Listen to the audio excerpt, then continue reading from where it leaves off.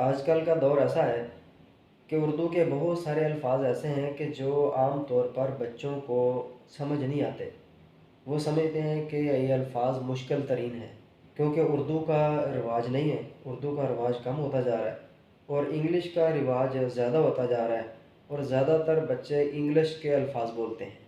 ایک صاحب تھے، وہ کہنے لگے کہ میں نے اپنے بیٹے کو اسکول داخل کروایا اور کچھ دنوں کے بعد میں نے اسے پوچھا کہ بیٹا تمہارے ماسٹروں کے نام کیا کیا ہیں؟ وہ کہنے لگا کہ ابو، ماسٹر یہ کیا ہوتا ہے؟ ہمارے اسکول میں تو کوئی ماسٹر نہیں ہے۔ تو والد صاحب نے پوچھا کہ وہی جو تمہارے اسکول میں ہوتے ہیں؟ کہنے لگا کہ ہمارے اسکول میں تو کوئی ماسٹر نہیں ہے۔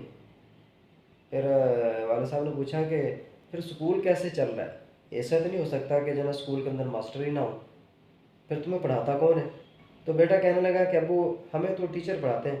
تو والد صاحب نے بولا اچھا اچھا ٹھیک ہے۔ والد صاحب نے پھر پوچھا کہ بیٹا کیا تمہارے اسکول میں ہیڈ ماسٹر ہے؟ کہنے لگا کہ ابو ہمارے اسکول میں تو کوئی ہیڈ ماسٹر بھی نہیں ہے۔